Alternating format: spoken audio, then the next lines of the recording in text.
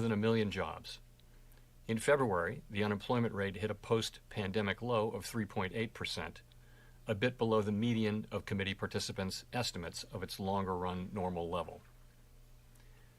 The improvements in labor market conditions have been widespread, including for workers at the lower end of the wage distribution, as well as for African Americans and Hispanics. Labor demand is very strong, and while labor force participation has increased somewhat, labor supply remains subdued. As a result, employers are having difficulties filling job openings, and wages are rising at their fastest pace in many years. FOMC participants expect the labor market to remain strong, with the median projection for the unemployment rate declining to 3.5% by the end of this year and remaining near that level thereafter.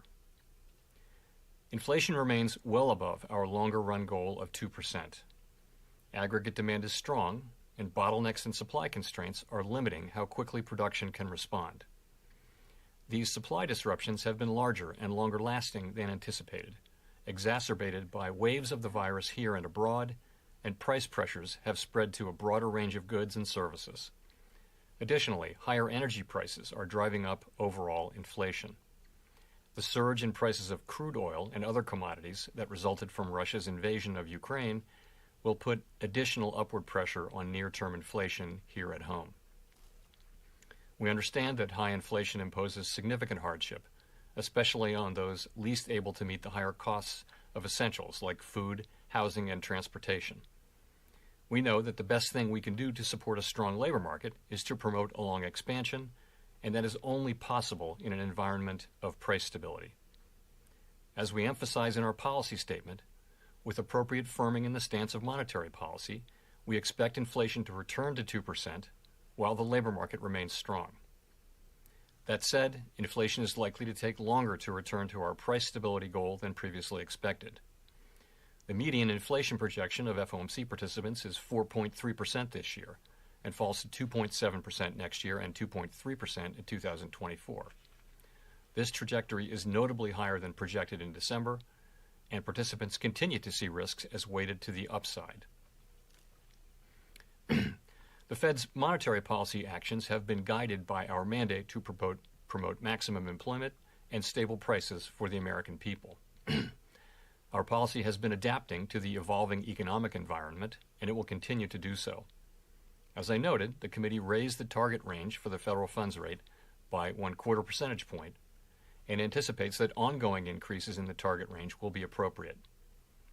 The median projection for the appropriate level of the federal funds rate is 1.9% at the end of this year, a full percentage point higher than projected in December. Over the following 2 years, the median projection is 2.8%, somewhat higher than the median estimate of its longer-run value. Of course, these projections do not represent a committee decision or plan, and no one knows with any certainty where the economy will be a year or more from now.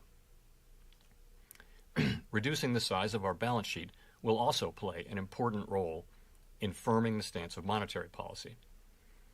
At our meeting that wrapped up today, the committee made good progress on a plan for reducing our securities holdings, and we expect to announce the beginning of balance sheet reduction at a coming meeting. In making decisions about interest rates and the balance sheet, we will be mindful of the broader context in markets and in the economy, and we will use our tools to support financial and macroeconomic stability.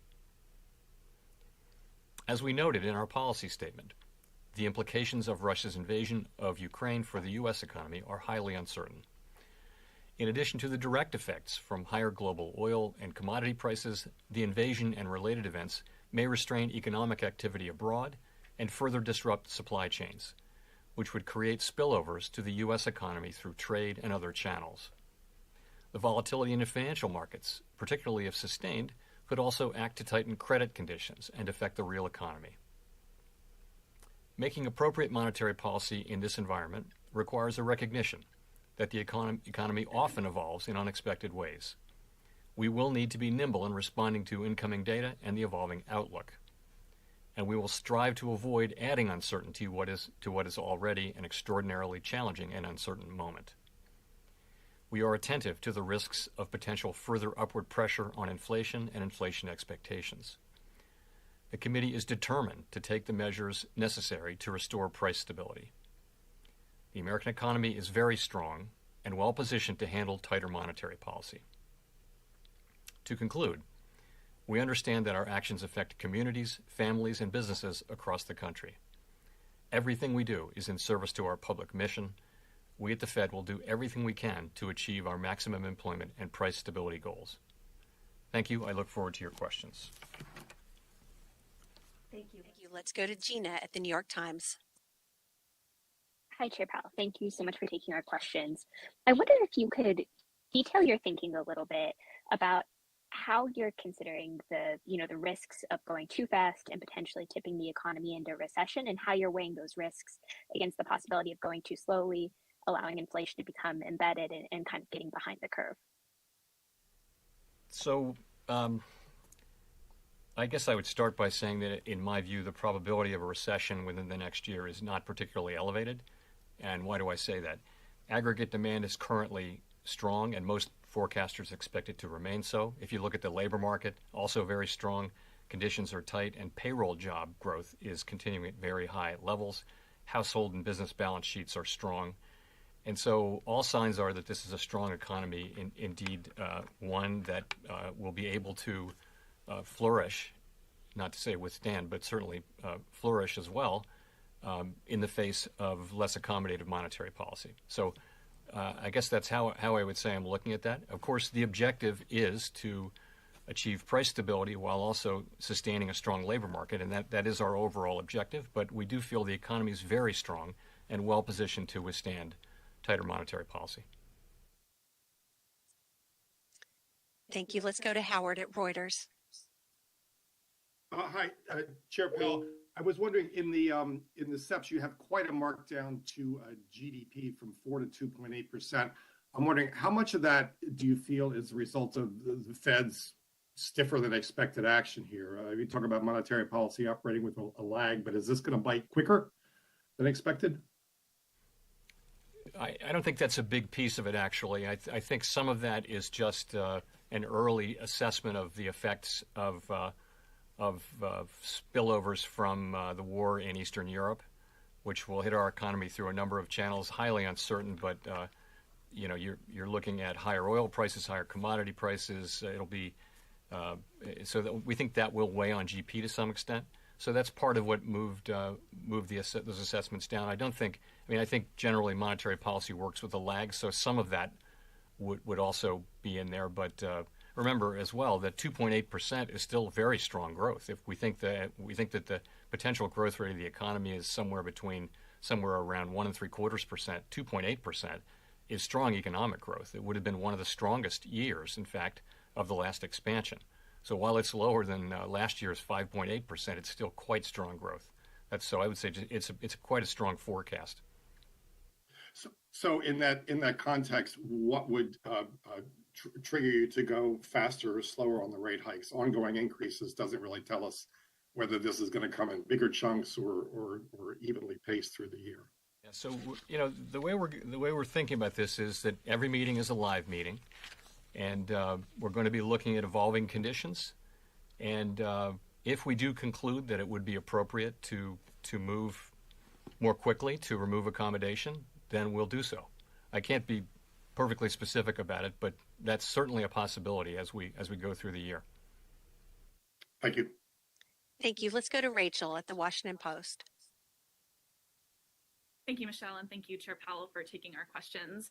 I'm curious if you can be specific on when you expect to see inflation will start to come down, especially with the combination of rates going up, fiscal aid dissipating from the economy, and supply chains getting better. And if you don't start to see that, how will you signal it? What will you be looking for, and what will you be looking for over the course of the year? Thank you. So I guess I would say that before the invasion of Ukraine by Russia, so let's go back to that. I would have said that the expectation was that inflation would peak sometime in the first quarter, maybe the end of the first quarter of this year, and then maybe stay at that level or a little bit lower, and then start to come down in the back half of the year. So now we're already seeing a little bit of short-term upward pressure in inflation due to higher oil prices, natural gas a little bit, but not so much for us since we have our own natural gas supply, other commodities prices. The other thing is that you're seeing supply chain issues around shipping and around, lots of countries and companies and people not wanting to touch Russian goods. So that's going to be more tangled supply chains. So that could actually push out the relief we were expecting on supply chains generally. So I guess I would say that the expectation is still that inflation will begin to come down in the second half of the year. But if you look at where I read the SEP headline median, we still expect inflation to be high this year, lower than last year. And then we expect, though, particularly with the effects of the war, but also the data we've seen so far this year, we expect inflation to remain high through the middle of the year, begin to come down, and then come down more sharply next year.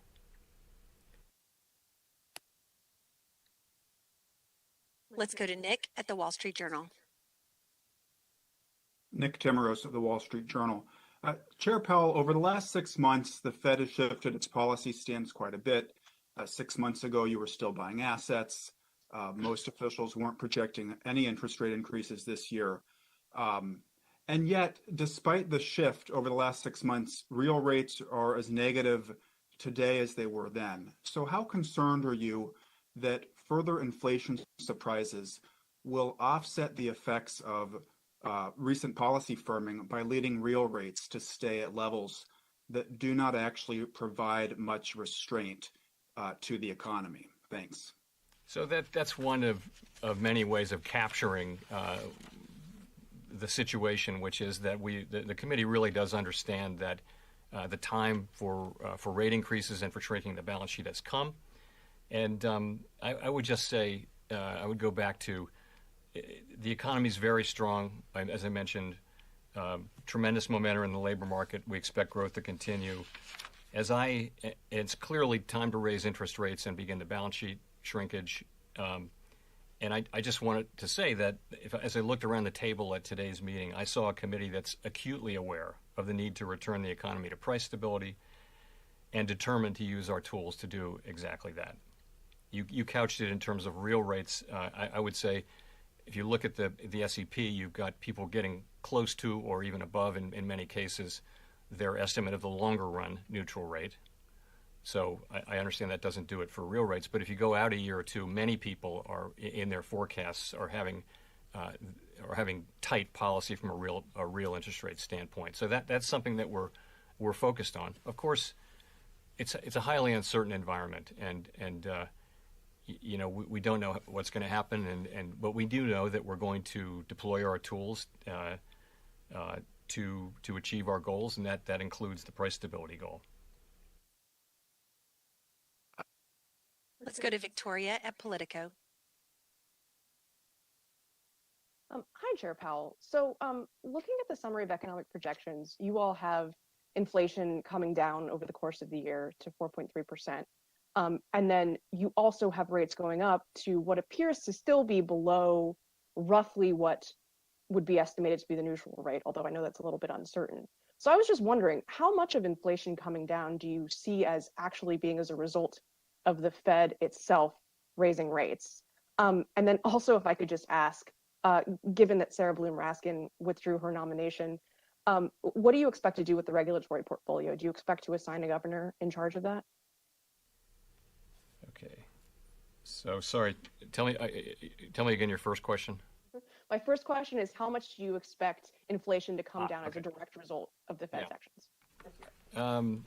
Okay, so part of inflation coming down at the very beginning is clearly to do with factors other than our policy, and those would include potentially the supply chains getting a little bit better. Certainly base effects. You're lapping, as you know, when you look at a 12-month trailing window, you're lapping very high inflation in March, April, May, June of last year. So there should be some effects from that in the 12-month picture. Really what we're looking for, though, is month-by-month inflation coming down. And so it's really it's all the things we've been talking about, that really haven't helped much, including the shift away from goods and back to services, including supply chains getting better, including labor force participation, all those things that have been sticky and not happening.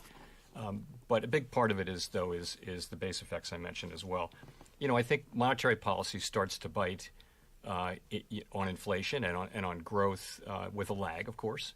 And so you would see that more in 23 and 24. But also remember, we started talking about rate increases last year. For some months now, financial conditions have already incorporated a significant number of rate increases. So it doesn't start today. In effect, the moves are already priced into the market for a few months now. So so the clock is running on that, and I think some of that will be seen in the second half of the year as well. And on the regulatory portfolio, so I would just say this: we have an obligation to carry out under the law, in supervision and regulation, and we're doing that. That's what we're doing. The committee is not active, so what's happening is things are coming to the full board, and we're voting on them. We're getting our business done. We got the stress tests done. We've looked at a number of proposals for mergers and things like that. So we're working ahead. Of course, we don't have a vice chair for supervision, as you mentioned, but we're making do with the situation we have, and a good number of things have come straight to the board for approval. Let's go to Neil Irwin at Axios.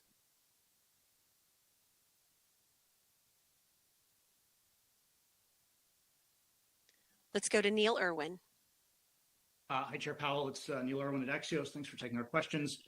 In the Statement of Economic Projections, we see a forecast of median 1.9% Fed fund rate at the end of the year, 2.8 end of next year. Wondered whether that aligns with your own expectations, in particular on that point of overshooting the long-term neutral rate, and also if you can tell us anything about how that might be paced, front-loaded, back-loaded, how high is the bar for doing 50 at one meeting?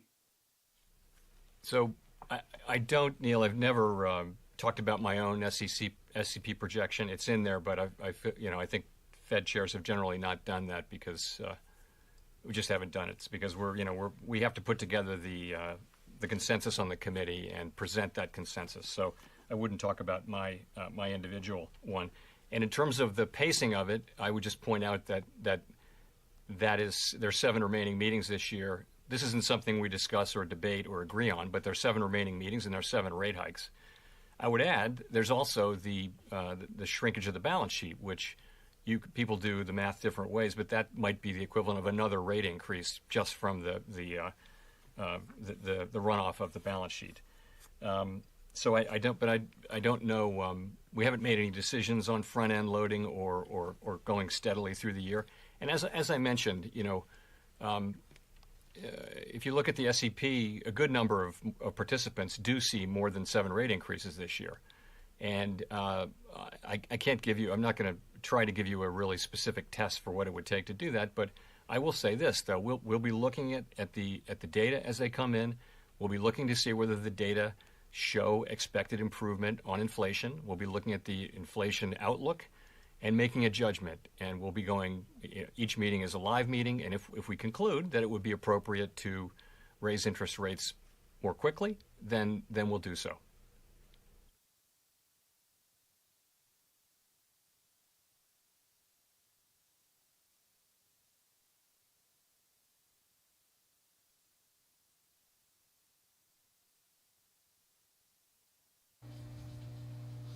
Mis amigos y amigas, no sé qué pasó ahorita con la reunión, algo está pasando, es problemas de EOS técnicos, no es de nosotros. Mientras tanto, denle me gusta mientras continúan.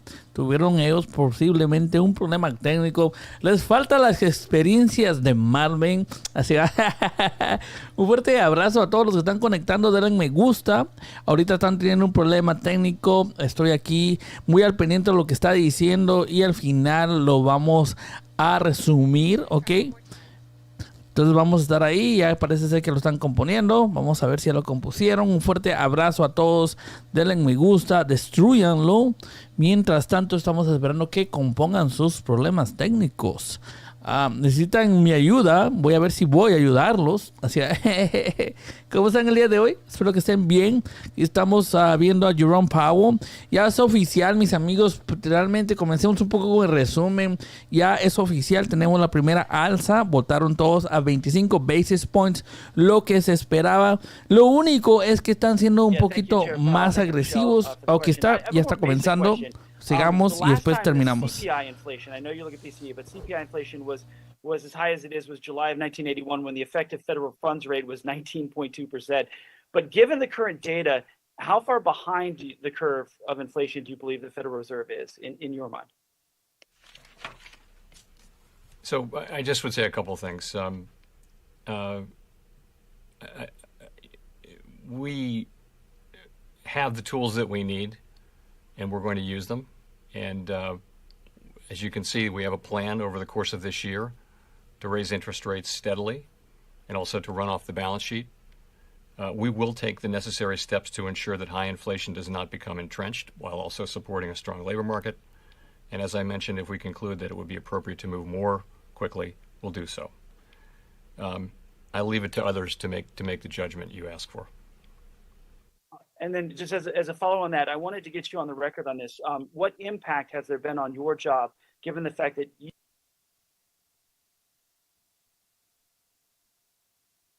lost you in the middle of the question.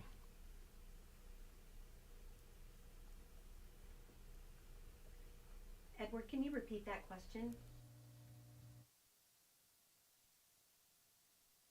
The impact that given you're not actually confirmed and Governor Brainerd is not actually confirmed, has there been any impact on your job or the Fed's ability to handle inflation? None whatsoever.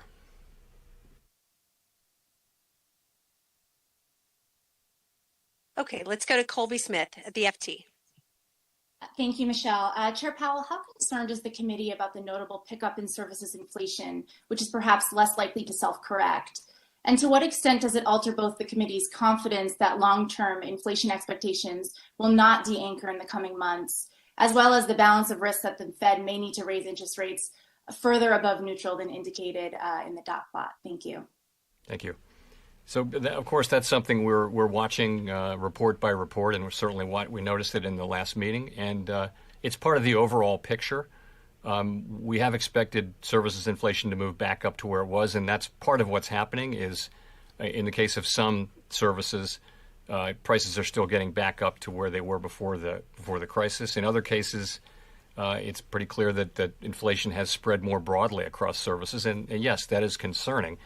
In the meanwhile, we see some progress on the good side, but really in this latest report, it was confined to vehicles, which is admittedly a large category. So, as I mentioned, the committee acutely feels its obligation to move to make sure that we restore price stability, and is determined to use its tools to do so. Thank you. Let's go to Steve Leisman at CNBC. Thank you. Mr. Chairman, I wonder if you could help me understand the kind of logic, if there is one, inside the SCP here. As I look at the median forecast, for example, for unemployment, it runs for the 3-year window below the long run rate. I look at inflation being above over the 3-year window, the long run, or call it the neutral rate, so the economy still runs hot. And that is all true in a regime when you run, at least for 2 years, the funds rate above the long run rate. So I guess my question is this: are you not give a forecast here that essentially suggests you will be continuing to run further behind the curve and never really get in front of inflation because the economy will continue to run hot? And kind of on a related issue, you said earlier, inflation will take longer to return to price stability than we had originally expected. Isn't that a choice you're making? And if so, why are you making that choice to let inflation run above price stability longer than you'd like? Right. So if you look, first of all, you're looking at medians, but understand that it's not something we voted on. It's not a plan.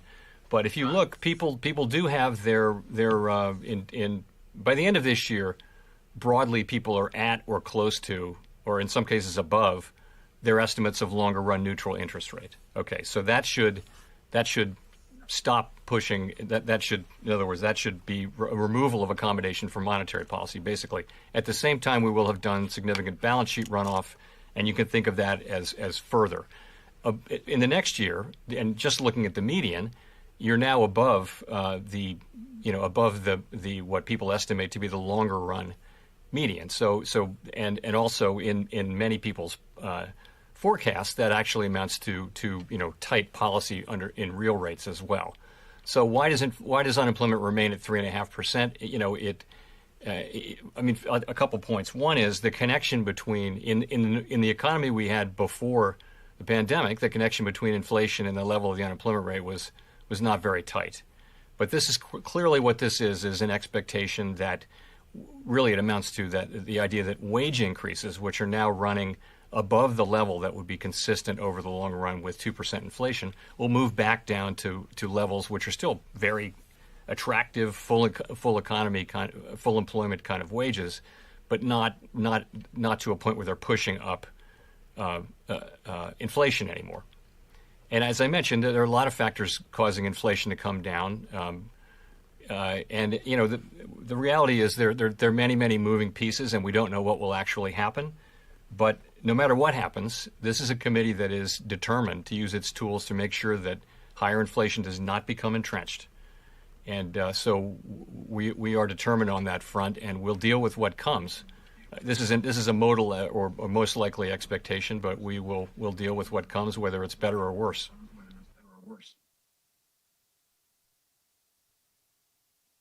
Thank you. Let's go to Chris Rugaber at the AP. Hi, thank you. Well, let me follow up a bit on that. I mean, there are a lot of economists skeptical that you can reduce inflation as much as you've penciled in without raising the unemployment rate. And I'm wondering just what are the mechanisms you see in reducing demand? I mean, outside housing and autos, how do higher Fed rates reduce consumer demand unless it's through higher unemployment? Thank you. Well, if you take a look at today's labor market, what you have is 1.7 plus job openings for every unemployed person. So that's a very, very tight labor market, tight to an unhealthy level, I would say. So in principle, if let's say that our tools work about as you described, and the idea is we're trying to better align demand and supply, let's just say in the labor market. So it would actually, if you were just moving down the number of job openings so that they were more like 1-to-1, you would have less upward pressure on wages. You would have a lot less of a labor shortage, which is going on pretty much across the economy. We're hearing from companies that they can't hire enough people. They're having a hard time hiring. So that's really the thinking there. Is these are fairly well understood channels, interest sensitive, and basically across the economy we'd like to slow demand so that it's better aligned with supply, give supply at the same time to recover, and get into a better alignment of supply and demand, and that over time should bring inflation down. And I'll say again, though, we don't have a perfect crystal ball about the future, and we're prepared to use our tools as needed to restore price stability.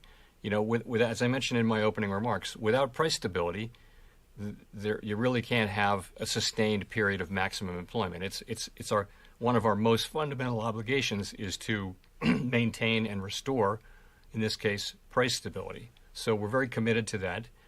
Of course, the plan is to restore price stability while also sustaining a strong labor market. That is our intention, and we believe we can do that. But we have to restore price stability. Okay, let's go to Scott Horsley at NPR. Thanks, and I apologize if this covers some of the same ground you just talked about, Mr. Chairman. I think I missed some of your answer there, but I have a follow-up question on the labor force. We have seen some gains in the prime age workforce in the last few months. I wonder what you anticipate when it comes to some of the older workers as the health outlook has changed. Are we going to see more recent retirees following Tom Brady back in the workforce, and what would that mean for wages and inflation? It's hard to say. What we saw in the last cycle was that over the course of a long, steady expansion, labor force participation outperformed expectations. And that was just it was a tight labor market, but it was nowhere near as tight as this labor market, but it was a tight labor market. And so people stayed in the labor force longer. It wasn't so much people coming back in the labor force after retirement. That's not something that happens in the aggregate very much. But so that's what was happening. And, more labor force participation is tremendously welcome. And of course, our policy does not in any way preclude that. This is a situation where wages have moved up at the highest rate in a very long time, and people are able to quit their jobs and move to better paying jobs in the same industry or different industry. So it's a really attractive labor market for people. And once, as we get past COVID, well and truly, it becomes an even more attractive one. So we hope that will lead to more labor supply. That's a good thing for the country. It's a good thing for people. And it also will, we think, help relieve some of the wage pressures that do put inflation more at risk. That last part we'll have to see whether empirically it works out that way. But in principle, it ought to help with inflation as well. It's not the only thing we're looking for, though, from inflation. We're looking for help from a number of different places, and most importantly, from our own policy. Okay, let's go to Rich Miller at Bloomberg. Thank you, Michelle, and thank you, Chair Powell. I'm sorry, I'm having some communication problems, so I've missed some of the stuff you've said, and my apologies if this has been asked. Since the FOMC met last January, financial conditions have tightened markedly. Equity prices down, treasury yields up, bond spreads risen, yield curve has flattened a lot, and even further today, dollar is up.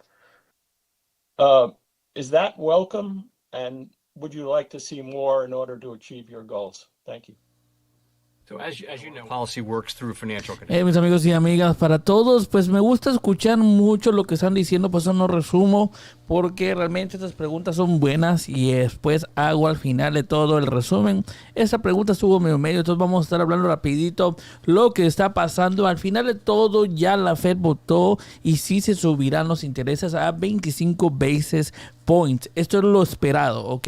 Lo único es que están haciendo un poquito más agresivos, ya indicando que es muy posible que vamos a ver hasta 1.9% de alza en los intereses al final de este año, que estamos hablando que cada vez que se reúnan aproximadamente 7 veces en este año estarán subiendo 25 basis points, que esto pues cualquiera o no le gustó mucho al mercado, porque sí están haciendo un poquito más fuerte de lo esperado. Lo que es en diciembre se hablaba sobre subir 0.9% y pues ahorita están subiendo 1% más, entonces están haciendo un poco más agresivos, más fuertes. También está hablando que sí, la Fed de un a otro lado pues tiene que hacer su trabajo de bajar la inflación, y en eso pues también si es necesario subir más a lo que ya está medio planificado, pues lo van a hacer, ¿ok?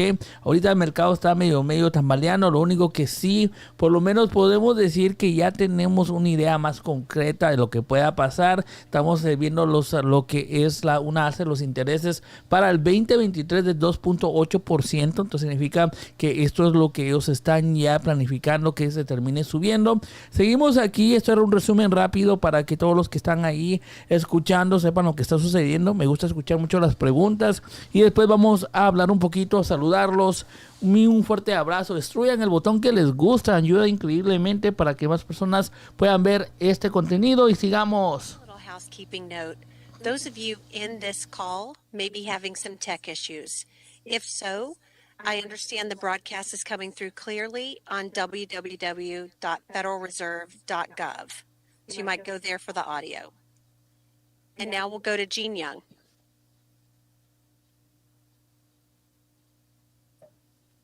Hi, Chair Powell. I wanted to ask about the balance sheet discussion you've had at this meeting. Can you give us any more details? Did you discuss whether to cap runoffs or whether to increase those caps over what period, if there were any details? Yes, thank you for asking. So at our meeting today and yesterday, we made excellent progress toward agreeing on the parameters of a plan to shrink the balance sheet.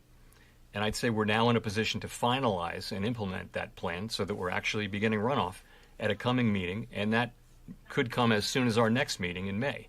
That's not a decision that we've made, but I would say that that's how well our discussions went in the last 2 days. So a couple things just to add. We'll be mindful of the broader financial and economic context when we make the decision on timing, and we always want to use our tools to support macroeconomic and financial stability. We want to avoid adding uncertainty to what's a highly uncertain situation already. So all of that will go into the thinking of the timing around this. In terms of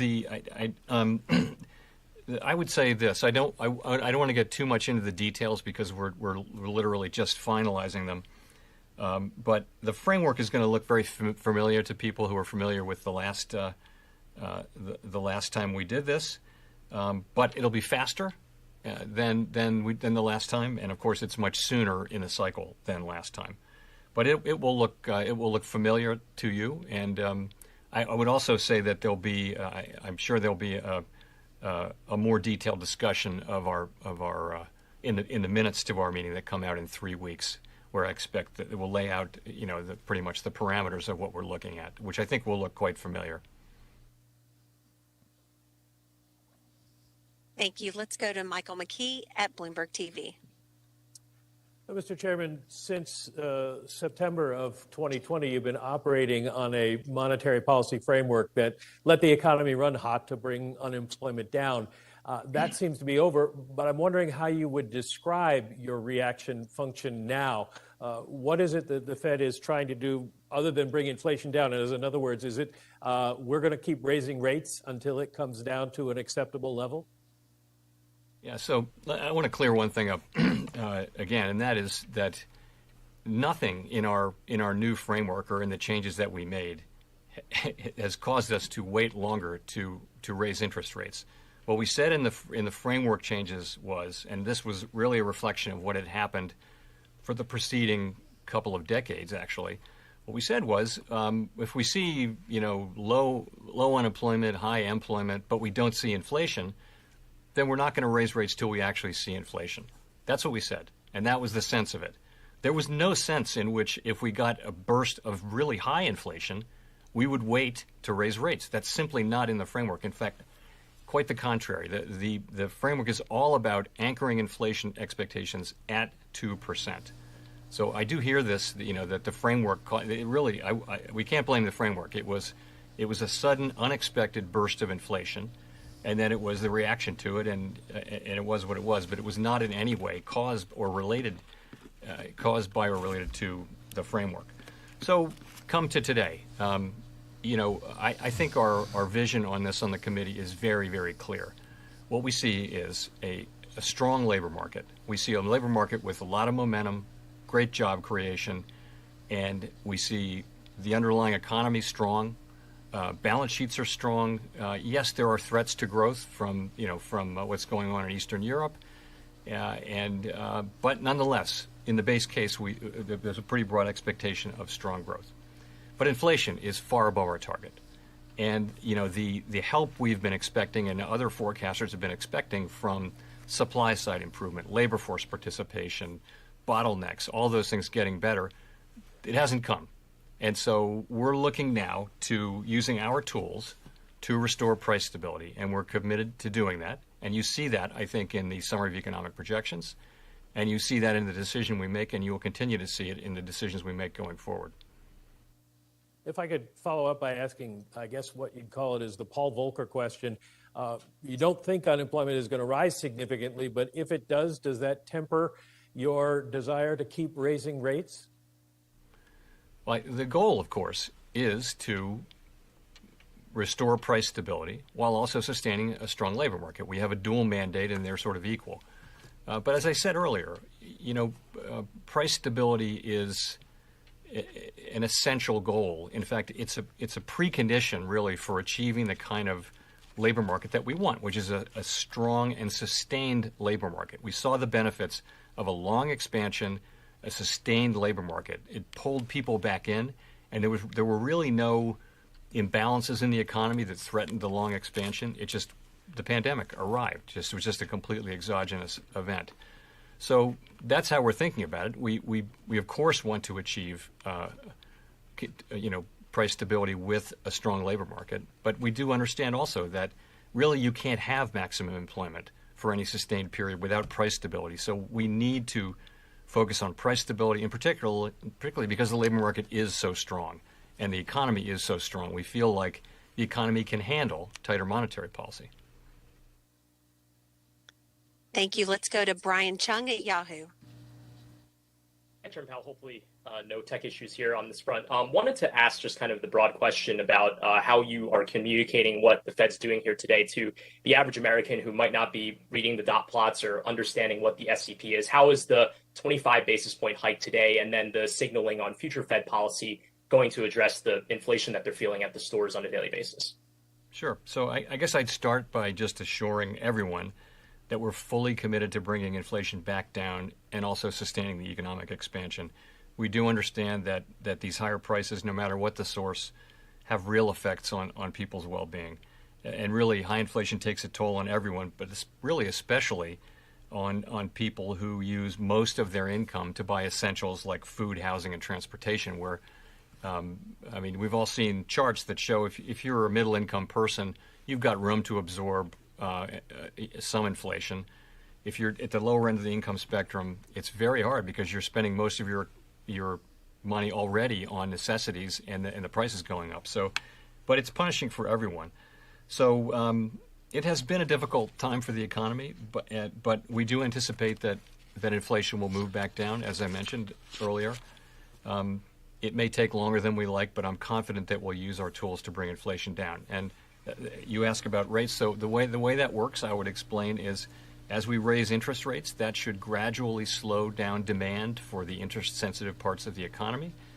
And so what we would see is demand slowing down, but just enough so that it's better matched with supply, and that will bring inflation down over time. That's our plan. Thank you. Let's go to Jolene Kent at NBC News. Hi, Chair Powell. Thank you so much for taking my question, doing this today. My question is a follow-up to what Brian just asked. What is your message to consumers out there who can no longer afford the basics due to this high inflation? Well, that is, yes, indeed. I mean, as I just said, I think we do understand very much, and we very much take to heart that it's our obligation to restore price stability. And we've had price stability for a very long time and maybe come to take it for granted, but now we see the pain. I'm old enough to remember what very high inflation was like. And, we're strongly committed as a committee to not allowing this higher inflation to become entrenched and to use our tools to bring inflation back down to more normal levels, which our target is 2% inflation. So we will do that. And, I just would want people to understand that, but the way we do that is by raising interest rates and by shrinking our balance sheet, and so financial conditions will become, at the margin, less supportive of various kinds of economic activity. That will slow the economy, while also allowing the labor market to remain very strong. And the good news is the economy and the labor market are quite strong, and that means the economy, we think, can handle interest rate increases. Follow-up to that, obviously the Federal Reserve walking this very complicated fine line, trying to avoid a recession. For the consumers out there who are worried about their jobs in a possible recession, what do you say to that?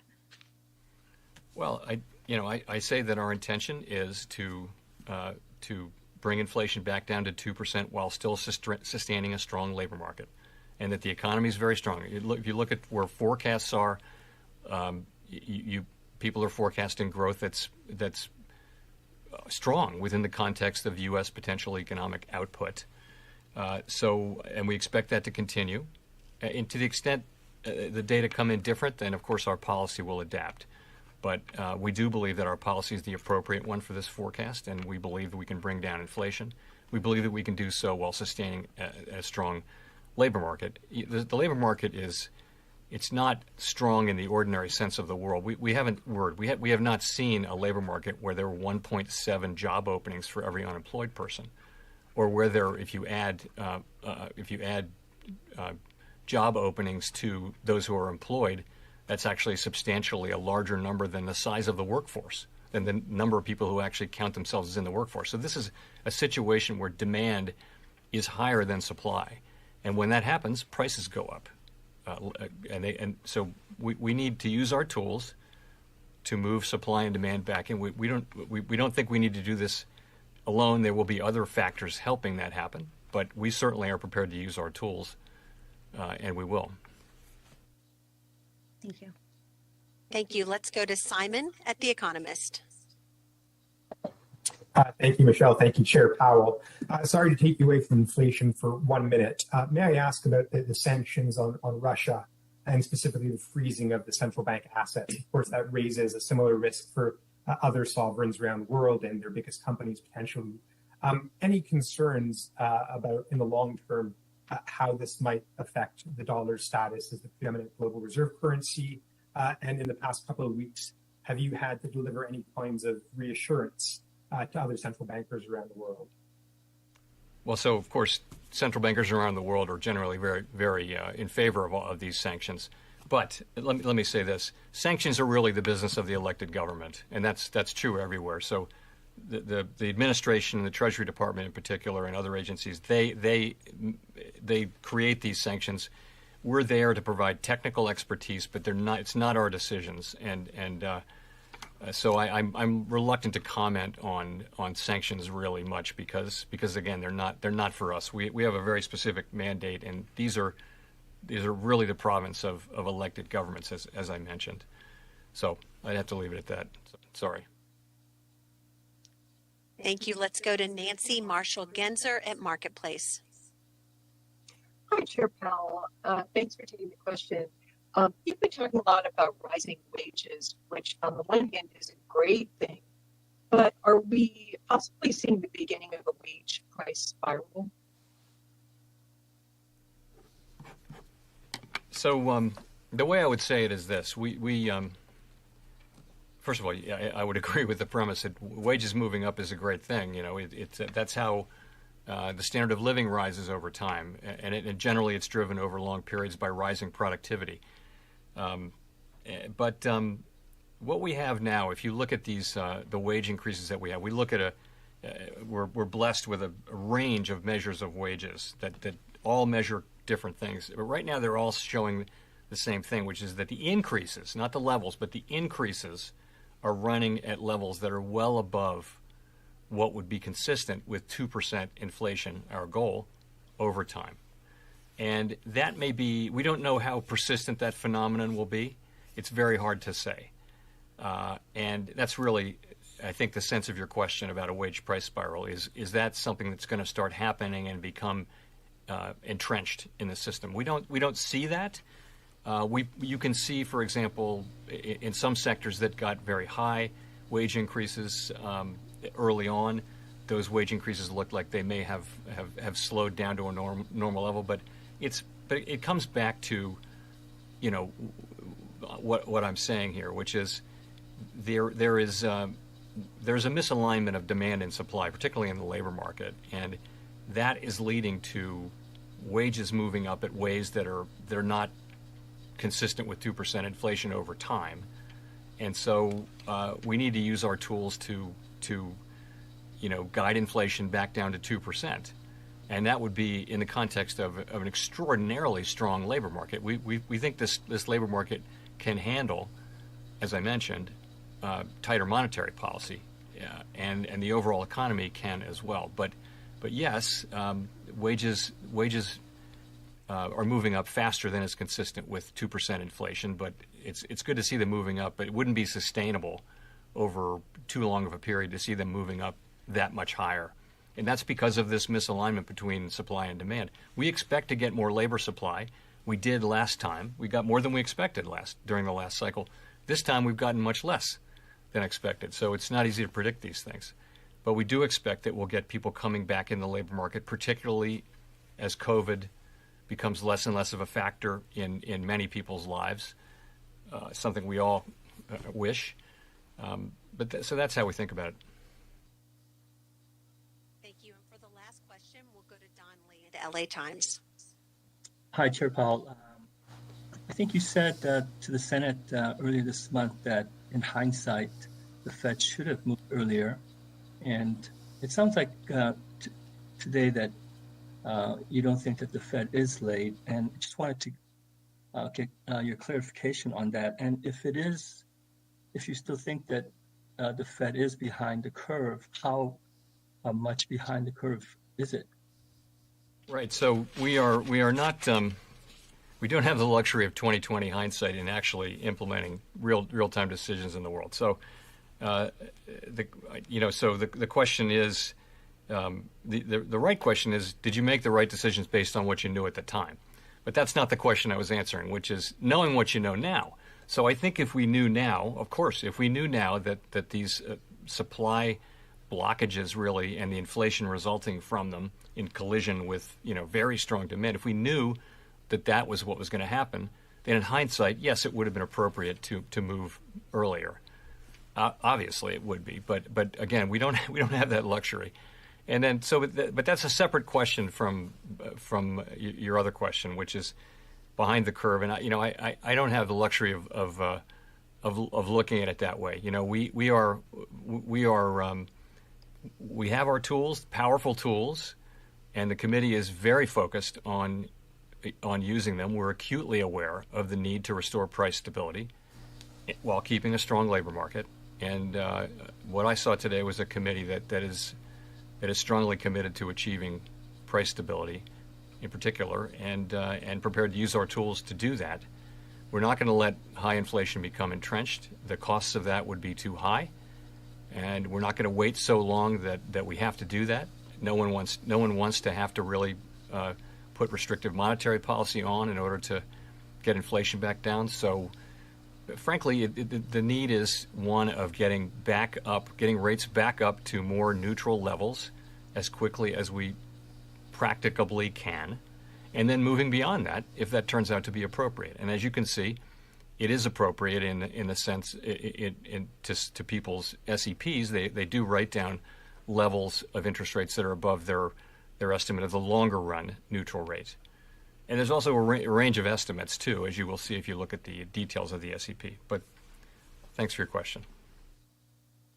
Okay. Thank you all. Thanks, Mr. Chair. Bueno, mis amigos y amigas, con esto concluimos lo que es esta conferencia de Jerome Powell. ¿Cómo está? Vamos a ver el efecto que tiene un poquito el mercado, lo que pasó. Aquí estamos viendo los índices, nada mal, ok. Muy bien, la S&P 500 1.67, el Dow Jones 1.08, el Nasdaq 3.02, rebotó un poquito, ok, cuando se enteraron que quiera o no, sí, lo que se esperaba, subieron los intereses, lo que se esperaba, pero al final de todo, las proyecciones, ahorita vamos a hablar sobre las proyecciones, pues quiera o no, sí dan a incrementar más de lo que pues ya por sí se había dicho, pero aquí estamos viendo que quiera o no el mercado sí le está gustando, ok, porque hay claridad. Ustedes saben que al final de todo lo que manda es la claridad y ahora ya la tenemos. Ahora vamos a hablar sobre esta claridad porque ya está aquí.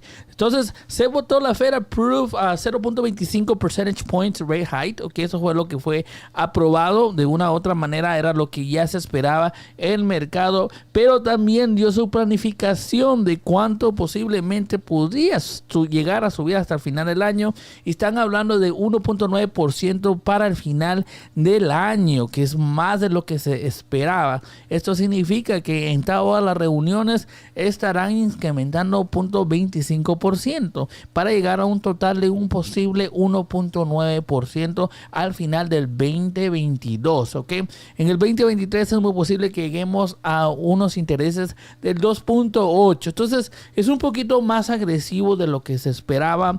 Le hacían muchas preguntas a Jerome Powell y pues muchas de estas van a que qué es lo que va a hacer la Fed para combatir la inflación. Ahora recordémonos que de una u otra forma el trabajo de la Fed no es proteger la bolsa, ¿ok? No es el trabajo de la Fed. El trabajo de la Fed es mantener la inflación en un 2% y mantener el labor fuerte, ¿ok? Y en ese punto podemos decir que lo que le están fallando es en la inflación, porque sí se está saliendo de las manos. Una buena inflación es posible decirlo que es en un 2% y ya estamos sobre los 8. Entonces aquí nos estamos dando cuenta que estamos sobre arriba de lo que deberíamos de estar. Entonces muchas de las preguntas van dirigidas a qué es lo que va a hacer y si está dispuesta la Fed a tomar pues riendas en el asunto para combatirla. Ahora recordémonos que de una u otra manera tomarle rienda al asunto y combatirla es una alza de los intereses, y esto afecta, quiera o no, la bolsa de valores cuando suben los intereses. Ahora sí, eso sí fue bien concreto, fue al punto, dijo que sí iban a hacer todo lo posible para venir de una u otra manera a combatir la inflación, que eso no había vuelta atrás, que iban a comenzar de estas maneras y hasta la planificación, pero eso no significa que si la inflación sigue subiendo que no puedan haber incrementos de esto. Ahora en esta reunión sabemos que lo que es uno de los de St. Louis Fed President, James Bullard, el mismo de siempre, estaba votando que se subieran a 50 basis points, en cual no terminó siendo así, pero sigue la insistencia de él que se sigue incrementando. Ahora, mucho ojo que lo que pueda venir, ok, posiblemente el mercado pues está actuando como que le gusta, pero a la misma vez es un poquito más de lo que se esperaban que iban a subir, ok.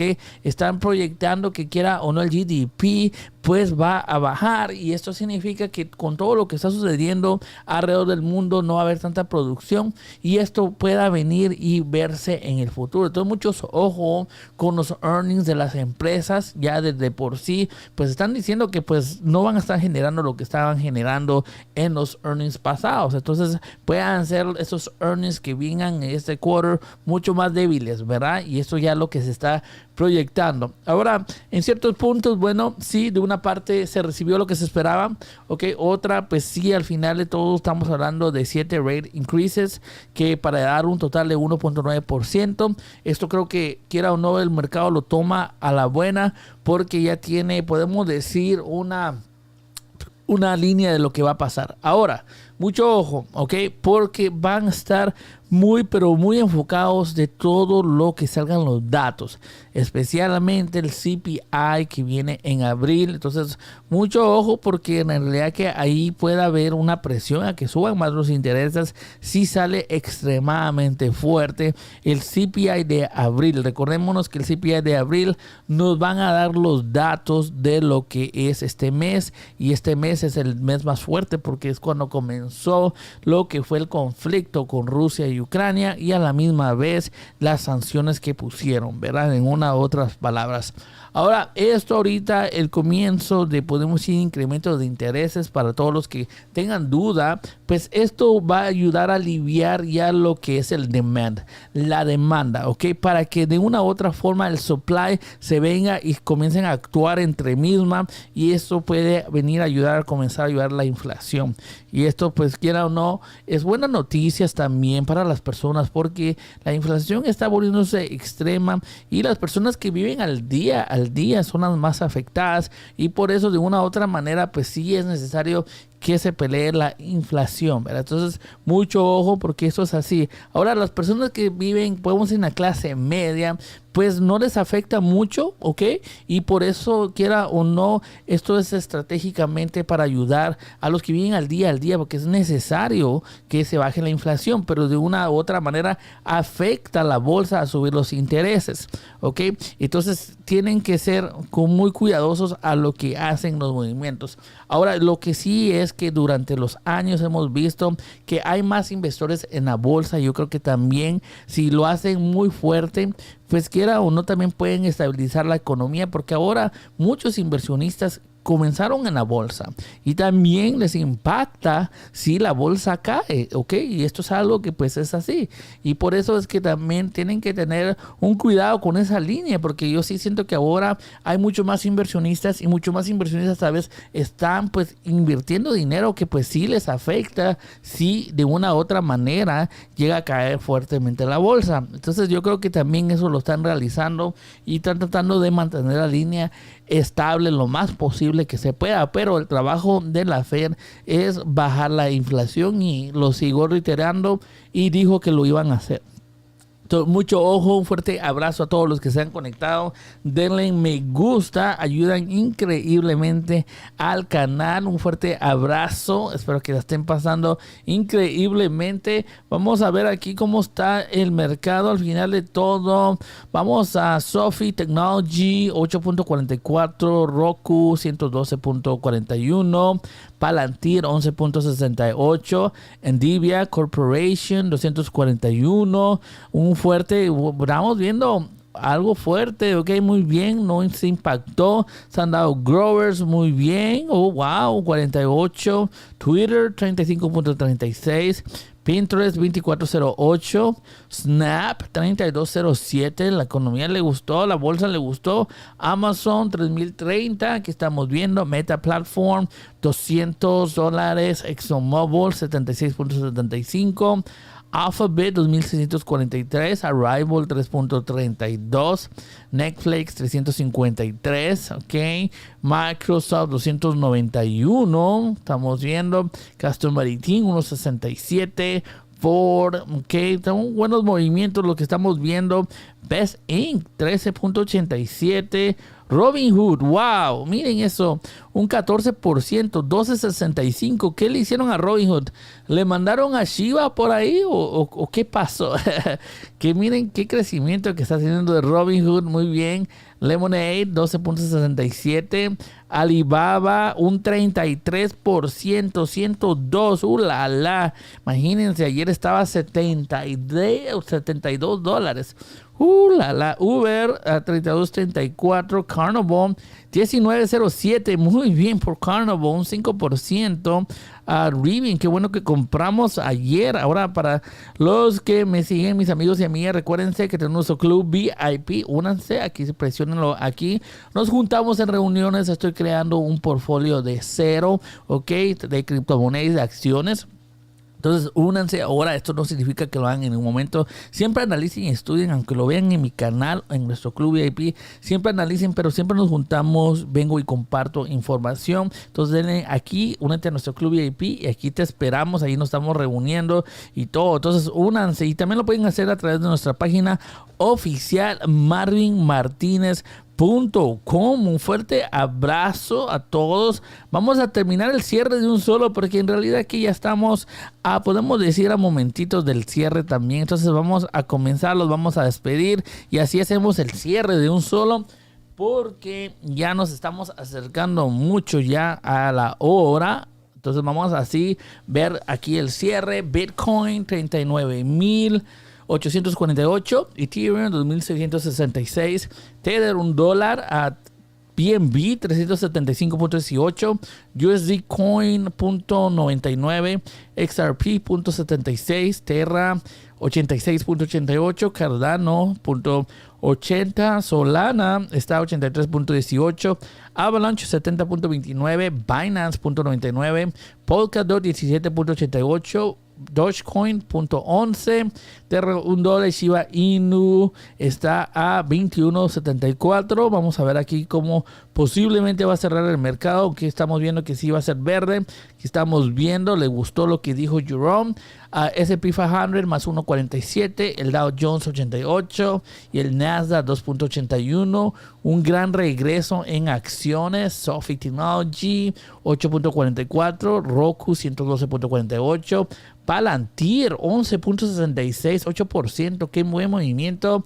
Nvidia 241.89, un 5%, Sundown Growers .48, Twitter 35.31, Pinterest 2407, Snap Inc. 3204, Amazon 3700, Meta Platform 252, Exxon a 76.68, Alphabet 2641, Arrival 3.33, Netflix a 354, estamos viendo Castor Maritim a 1.67, Microsoft 291, Ford 16.44, EVGO 11.96, Chewy 40.39, Digital World está 66.72, Coinbase 169, ese ChargePoint 16.79. ¿Qué retorno hay hoy?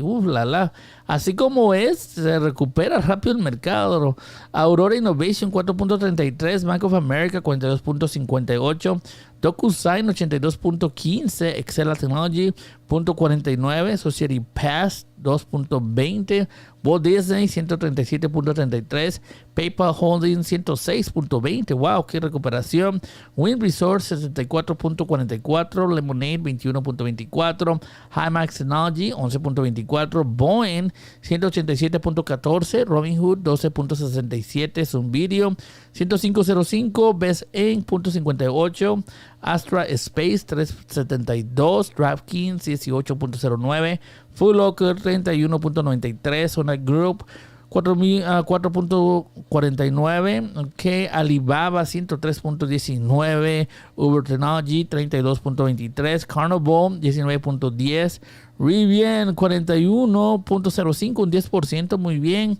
Camber Energy 0.72, Lowe's 229.42, Target 215.22, Home Depot 328.85, Tattoo Chef 11.63, AMC 14.96, un 3%, Virgin Galactic 7.91, un 7%, no está mal, no están tan mal como dice, tan mal, a 18.46, lo que es NIO 23%, muy buena compra la que hicimos ayer con NIO. A saber, Pfizer 4.344, Moderna 167.94, Johnson Johnson 174.61, Tesla 834, JD 63.65, United Airlines 40.68, Apple 158.19, y aquí estamos a Roblox 41.24, Beth Bath 20.69, Warhorse Group 3.65, Lucid 23.51 y Wish.97. Bueno, mis amigos, esto es el cierre. Un fuerte abrazo a todos. ¿Cómo están? Vamos a saludar a todos los que se conectaron. Danilo Valdés, Jonathan Álvarez, Alberto, hola, dice Alexis Daly, hola, Mitris, ¿qué dicen? No entiendo, un fuerte abrazo. David, Gustavo Lugo, David Pérez, Iván Alejandro, Minis Astras, fuerte abrazo. Yusmel Hernández, Saúl López, gracias por la información. H. Resumen, Guzmán Hernández, buenas malas noticias. Pues son neutrales a mi pensar, pero el mercado lo está tomando bien, ¿ok? Y estas son siempre buenas noticias. El mercado lo toma bien, pues vámonos, ¿ok? Aunque pues el incremento del interés es más de lo que se esperaba, ¿ok? No duden de destruir el botón que les gusta, ayuda increíblemente al canal. Cristian Castro, hola, Cristian Castro, buenas o malas. Yasmel Hernández, va para arriba, eso es todo. Gustavo Lugo, tacos, Gustavo Lugo, good questions. Cindy, el mercado para donde ellos lo decían. Un fuerte abrazo. Yosmel Hernández, Pepillo, dice fuerte sismo en Japón. Si alguien me ve desde Japón, espero que estén bien. Un fuerte abrazo. Lo dudo, pero no vaya a ser. Tal vez nos vean ahí. Alguien que ande por ahí invirtiendo. Fernando Hernández, ¿qué onda, Marvin? Y Solid, compré gatos, Bitcoin, el gold se acabó. Jasper Morales, vendo cacahuates, pistachos, mientras escuchas, dice Cindy, Marvin, pero caer para dónde si va, estamos en el piso, eso sí, ¿verdad? Eso sí, ¿verdad? Pero se puede caer más fuerte, eso es algo que pues sí, puede pasar todavía. Jenny Sánchez, ¿a qué horas es el anuncio? Ya está el anuncio. Mini Astras, hola Jenny Sánchez, un fuerte abrazo. Mario Morales, ¿cómo la ves en el mercado para mañana? Ricardo del Río presente, ya tienes mi like. Ante todo, muchas gracias por todos los que están ahí. Un fuerte abrazo. Bueno, miren, el mercado nos ha demostrado que puede estar verde hoy y mañana como que se levantan los inversores y dicen, no, en realidad que van a subir más los intereses de lo esperado y se pone rojo, ¿ok? Ha pasado, que mucho ojo, mis amigos. A mí no me gusta ser negativo, ustedes saben, pero ha pasado, ¿ok? Porque quiera o no, están subiendo casi 1% más de lo que se esperaba al final del año. Eso es lo que va a hacer, ¿verdad? Entonces sí, se subieron lo que se esperaba, 25 basis points, pero ya están dando que su pronóstico para finales del año va a ser 1.9%, que es un poquito más de lo que se esperaba, ¿ok? Entonces significa que van a ser 7 rate hikes aproximadamente. Y como les digo, ahorita puede estar bien el mercado, pero mañana se levantan los inversores y dicen, bueno, como que si van a subir un poquito más los intereses, mejor vendo, ¿verdad? Puede pasar, esperemos que no, aunque yo creo que también esto ayuda ya a tener una idea de cuántos van a subir, y pues sabemos que quiera o no, si la inflación comienza a caer después de todo esto, lo que está pasando, pues pueda venir y ayudar también. Entonces, a mucho ojo, porque esto también todo depende de lo que pueda pasar. Mucho ojo con el CPI de abril, donde vamos a ver los datos de este mes. Y esto es algo que tenemos que estar muy al pendientes. Ricardo del Río presente, ya tienes mi like. Un fuerte abrazo. Ángel Castillo, buenas tardes Marvin. Nos dejaron el mercado alcista. ¿Crees que en verdad ayude al subir al empuje? Puede ser, porque lo que pasa en una u otra forma es que ya nos dieron una, podemos decir, idea de todo el año. Y esto puede ser bueno al final de todo, porque ustedes saben, en el mercado lo que no les gusta es la duda de qué es lo que van a hacer. ¿Será que van a subir más fuerte? Esa duda, pues quiera o no le gusta al mercado le gusta saber qué es lo que va a pasar, ¿ok? Porque así van a venir y ellos se van a preparar. Y aquí ya podemos decir que nos dieron ya la caminata que va a tomar la Fed. La Fed dijo, va a combatir la inflación porque la va a combatir, ¿ok?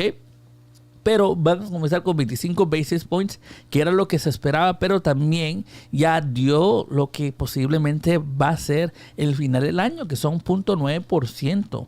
Y eso significa que van a ser 7 rate hikes, que en realidad pues nos da aquí a la idea de cuántas rate hikes va a estar. Y así el mercado puede decir, bueno, ya lo sabemos, ok, no es tan mala, a pesar de que pues sí es un poquito más alto de lo que pues se había dicho en diciembre. Entonces, mucho ojo. Yo no personal, yo espero que al final de todo este mercado siga así, pero no me sorprendería que mañana viéramos lo opuesto. Mucho ojo, así es el mercado. Un día pensamos que estamos bien, un mercado a la alza, y al otro día los inversores se levantan y dicen, no, pues sí, va a ser más fuerte de lo que esperábamos, no nos gusta, ya no estamos en este mercado, pues que no hay intereses y pueda caer, ¿ok? No me sorprendería mucho, cuidado, siempre pie de acero, dice Julián, querido, la decisión fue alcista, ¿no? Julián, claro, cuando quedó claro y él subo, el interés no fue tan alto. Sí, en una otra palabra lo que les digo es que ya queda el panorama claro, ya se sabe lo que va a pasar, es un poquito más elevado de lo que se esperaba en lo que es el total en el lapso del año, ¿ok? En una otra palabra, lo que se había dicho en diciembre, que era posible que subieran cierto, pues al final de todo, si lo enlazamos, va a ser un poquito más de lo que se esperaba, casi 1% más alrededor, ¿ok? Pero sí, sabemos que pues todo cambió más con esto, lo que está pasando en Rusia, pues tiró el afecto. Ahora sí van a comenzar, así como lo habían dicho, 25 basis points, 7 subidas que van a dar un total de 1.9% al final del año. Creo que esto lo está tomando mejor el mercado porque ya tiene una claridad, ¿ok? Posiblemente en el 2023 puede estar en 2.8%, pero ojo, ¿ok? Ojo, porque lo dijo claro Jerome Powell y es algo que tenemos que saberlo. Si es necesario, van a tomar los pasos debidos. Por eso, mucho ojo y mucho cuidado en abril con el CPI, ¿ok? Porque le puede entrar temor al mercado que si viene muy fuerte la inflación en ese mes, pues puedan ser ellos agresivos a subir los intereses un poquito más de solo los 25 basis points. Entonces, mucho ojo, ¿ok? Yo siento que el mercado va a estar muy pendiente de ese CPI, más porque ese CPI va a lo que es balancear lo que es este mes de marzo, que es el mes del conflicto, el mes de las restricciones, el mes de las alzas. Entonces pueda venir y pues estabilizar el mercado. Entonces ahí con cuidado lo que estamos esperando. Fuerte abrazo. Dimos aquí, dice, gracias querido, siempre ojo, Julián Salter. No, gracias a a todos por estar ahí presente. No duden de destruir el botón que les gusta. Con esto vamos a hacer de un solo el cierre. Entonces no va a haber cierre porque ya estamos aquí, ya estamos viendo cómo terminó el mercado. Entonces muchas gracias por el apoyo a todos los que han estado ahí, aunque sí me alegro que pues quiera o no el mercado lo está tomando muy bien. Yo creo que es un buenas noticias, pero siempre estamos ahí. Les mando un fuerte abrazo a todos. Destruyan ese botón que les gusta, compartan el video, me ayudan increíblemente para que sigamos creciendo fuertes y sanos. Espero que tengan un rico almuerzo, ya es hora del almuerzo, entonces espero que tengan un delicioso almuerzo, se la pasan increíble, gracias por el apoyo y nos estamos viendo en la próxima. Nos vemos en lo que es la apertura mañana. Siempre vamos a tratar de sacar un videito por ahí. Entonces les mando un fuerte abrazo y nos estamos viendo en la próxima. Se me cuidan mis amigos y amigas. Nos vemos.